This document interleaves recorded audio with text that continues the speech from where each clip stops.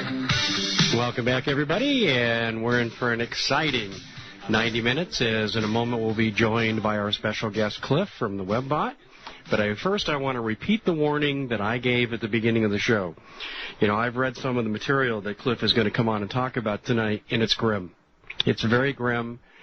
It's one of those things like a gory car accident. You can't look away from it, but you kind of wished you weren't seeing it. And that's how I take this, but you need to get your kids out of the room. You know, I have my 8-year-old in a different part of the house, and I'd recommend you do the same thing. Anyway, we're back with Annie DeRiso, and we're joined for the rest of the show by Clif from the WebBot, which produces the Alta Report. And Clif is kind of a self-described time monk, and he returns to the Common Sense Show to share some very dire predictions based upon his WebBot technology. His method captures changes in language patterns within Internet discussions. The aggregated data is then processed with software to determine various keywords, which he interprets in a predictive fashion in order to forecast future world events. He's been ahead of the curve on a lot of things that I'll let you tell him about. And on this edition of the Common Sense Show, Clif is going to discuss his predictions related to the follow-up of the topics he talked to us back in early July, when we talked about the economy, the breakdown of government, people getting into what he called self-organizing collectives. So without further ado, let's welcome Clif from the WebBot to the Common Sense Show. Hi, Clif. You're on with Dave and Annie. How you doing, guys? Hi. Hello. Well, it's great to have you back. The last time you were on, Clif, we had some pretty amazing ratings. But I also know from talking to you and talking to Annie, this is not only why you do this. I mean, you're really concerned about what's coming, and you kind of the Paul Revere of WebBot technology, trying to spread the word. So, yeah, but let's not make it out to be too altruistic. You know, I'm very self-centered in this is an act of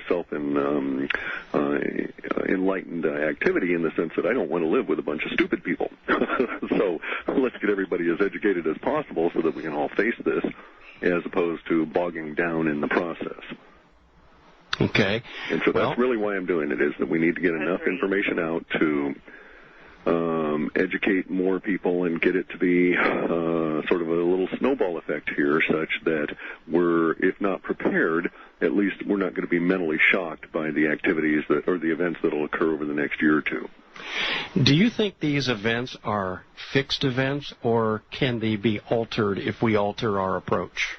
I favor the latter. We've done some experiments using predictive linguistics, and it seems to be a truism. I mean, we don't have any definitive word on this because we've only been doing this for 10 years, and it's a very nascent science at best, and maybe more art than science. But I'm of the opinion that some of our experiments seem to indicate that the flow of things can be altered at a particular level.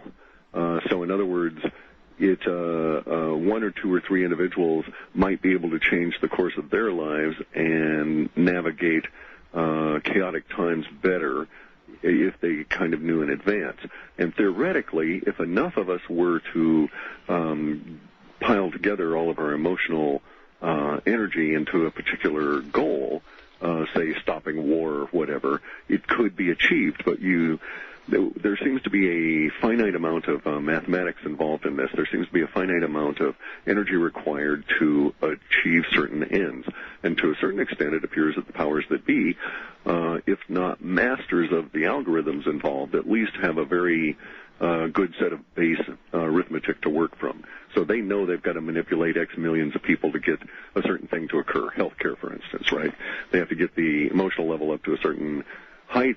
They have to maintain that level across a certain span of time. They have to involve a certain number of people in order for this to be achieved and to meet their goals. Now, in the other side of it, if someone decided that they wanted to defeat healthcare, they would also have to have a certain amount of collective emotional energy attached to the defeat to that particular goal. But if you set out to do it, apparently you could. So none of our stuff is fixed. It doesn't appear to be written in stone or chiseled into the fabric of time. However, at this point, there doesn't appear to be enough awareness in the populace as a whole about their own actions and how they contribute to the other millions of other actions in this grand scheme of things to actually alter it. Does that make sense? Yeah, it does. And let me go to the mathematical part of this.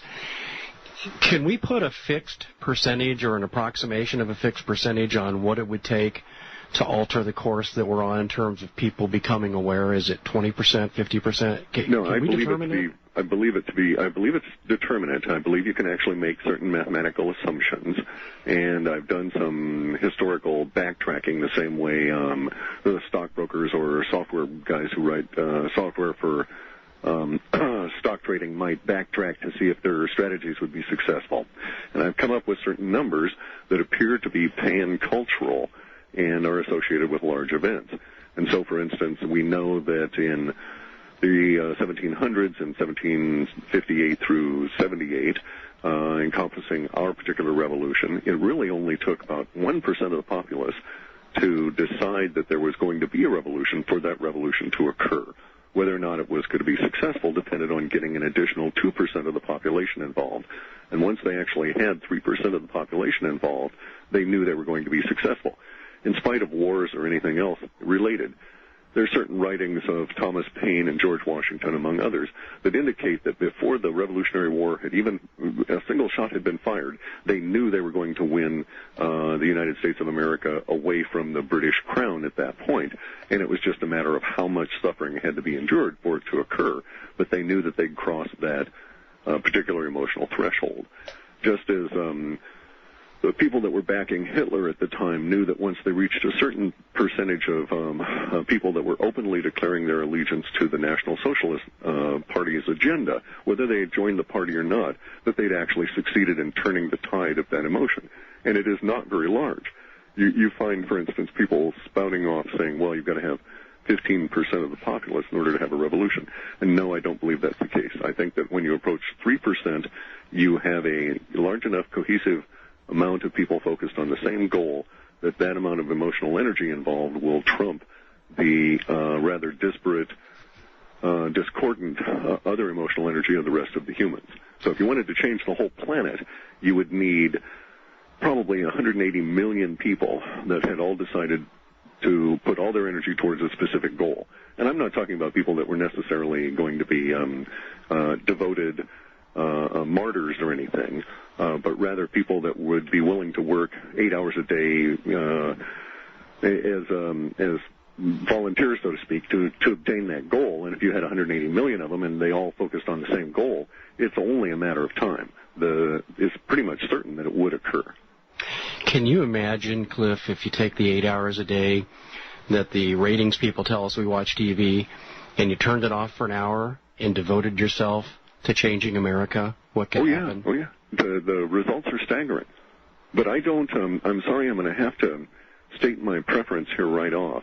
I can no longer think in terms of the political alignments here, so I don't necessarily think of myself as an American, even though I'm a native-born American citizen and have been part of the Federalist Empire here for many decades. We now actually are on the cusp of a vast change in our humanity that to a certain extent is going to make the concept of America or nation states rather last millennia, real old century. It's going to, I'm not going to say it's going to die off, but it's going to have far less attachment for our emotions as we move forward through this year, next year, and into 2011. So you foresee a time where Americans are waving the old American flag or the present American flag the same way that some people in the South wave the Confederate flag? No, but perhaps to a certain extent. We have to be careful about that because the Confederate flag represents a lot more than simply a faded empire. True. It might be more of a line of us waving the current flag the way that someone might wave the original Constitution flag that flew over the USS Constitution, or really old forms of the flag. Still with pride, still with a sense of community attachment, but and this is going to sound quite horrid to most of your audience, but in that frame of mind, it will be a holdover in a new world that where we must start thinking as ourselves as a species, and not New World Order, but rather a collective Terran humanity. And I say that very specifically because we have to now be careful of our words, because we have to consider the fact that there may be humans that are off-world, that don't originate here. And this gets into some real woo-woo stuff, and I'm quite sure. However, well, we're going to get there. I was going to say the woo-woo barrier breaks down real soon when you start having to deal with such things as swine flu, the huge push to seize all the power possible by the powers that be, all of the strange things that are going on around us. So, well, let's go to the swine flu. I mean, I read the WebBot, and it seems that if I can find it here, that people are going to reject mandatory medical practices. Is that what you're referring to, or what you think the report is referring to? There's going to be what we call the refuseniks, and we took that term from the old Soviet Union, where a great many of the academics and other people, having no real power in any other way, refused to cooperate with the system and became known as the refuseniks. Now, in their particular case, the early ones in that revolution that ultimately led to the overthrow or the downfall of the Soviet Union as a collective, those early ones did indeed end up in the gulags. And it was because of the extremely repressive, rather iron-fisted, no velvet glove or anything in that particular governmental structure. But now we're going to have refuseniks that are going to rally around the basic core of what is humanity, and that is children. Because we're going to get to a point here where, in fact, we've probably already exceeded that point. I believe that we've exceeded the numbers relative to the swine flu to effectively have a global revolution around the vaccine issue. And that is to say that there appears to be a sizable enough a level of the population, now about 5 to 6%, so well over the 3%, that is focused on this one issue with a seriousness that we have not seen since the Vietnam War. And the protest against people going to war, and the children of military people were willing to abandon the U.S. and go live in Canada rather than participate in that horror that was our, quote, military adventure in Vietnam. Now we're going to find that same level of emotional intensity applied to the idea of refuseniks against the idea of forced vaccinations, in spite of anything that the fear language coming out of any of the legislature, the political, or even the law enforcement arm. It simply is not going to happen this way. Is this going to be like the Flashpoint issue that really pushes everything else to the top? I wouldn't call it flash. I would call it more of like the smoldering coal, okay, because it's going to last a long time. Flash implies, and I'm a linguist, and it really annoys my wife. She says frequently, you're talking like a lawyer, or you're parsing words like a politician. But I have to be very careful about that because there are certain meanings attached to it. So I wouldn't use the word flash because that implies quite literally here and gone in an instant. And what we're going to see is something that's going to smolder so much that it will probably ignite the active phase of the next active